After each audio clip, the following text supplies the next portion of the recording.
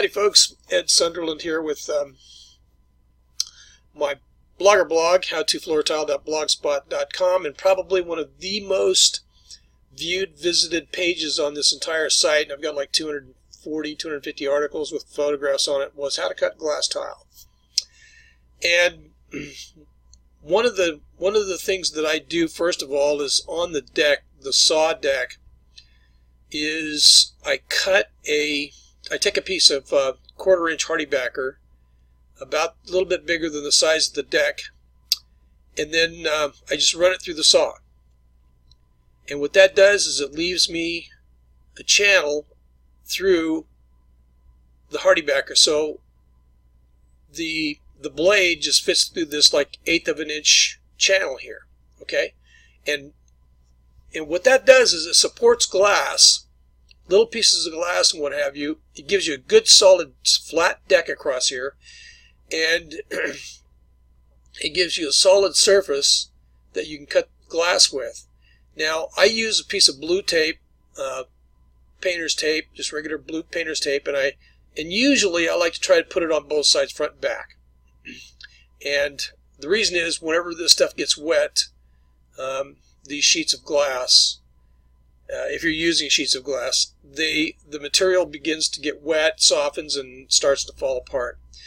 So anyway, I start with a piece of 1/4 inch hardy backer, and it's about $10 for a sheet of this stuff, but you might be able to find a piece of hardy backer laying around. Sometimes Home Depot, Lowe's will have a broken piece or something like that. They'll practically give to you. But get a piece big enough to put on your saw deck.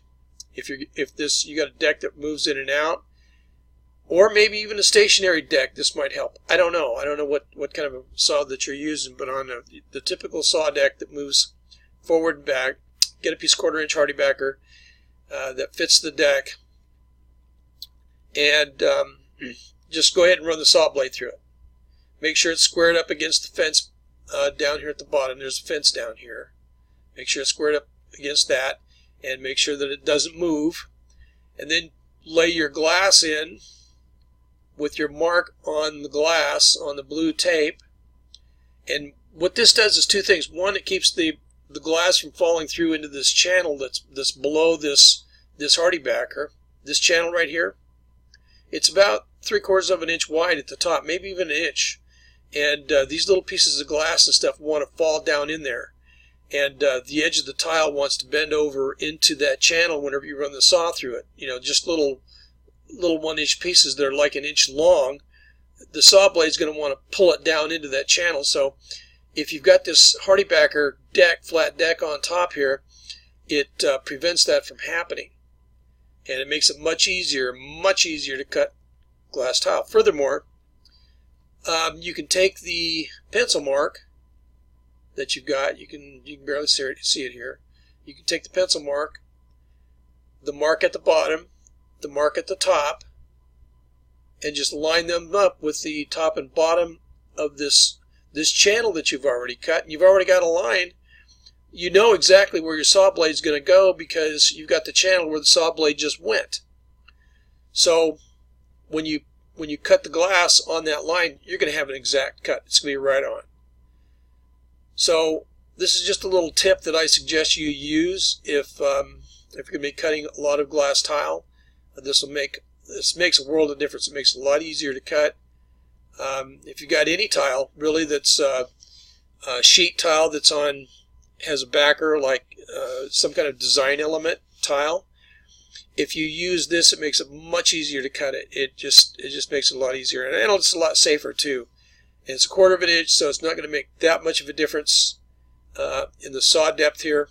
And most saws have got an adjustment. If you want, you could run it down just a little bit more if you need to, or up, whatever the case may be, to take pressure off of it. But I will tell you something, cutting glass tile is so much easier when you've got this hardy backer, 1/4 of an inch, it's not that much, on top of it to give you a flat surface. And as I said, after you run the saw blade through it, you've already got a point at the front, a point at the back, and all you have to do is put these pencil marks on the front and the back of where the saw was, and you know exactly where that saw is going to hit.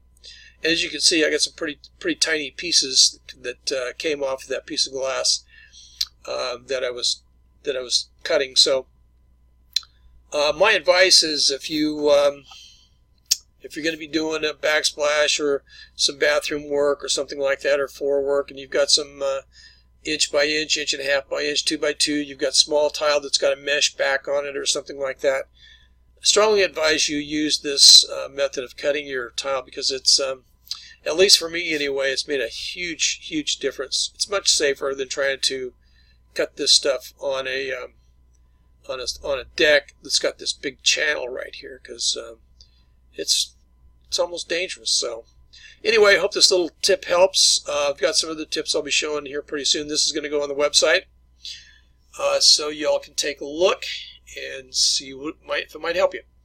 Thanks for watching. See you in the next video.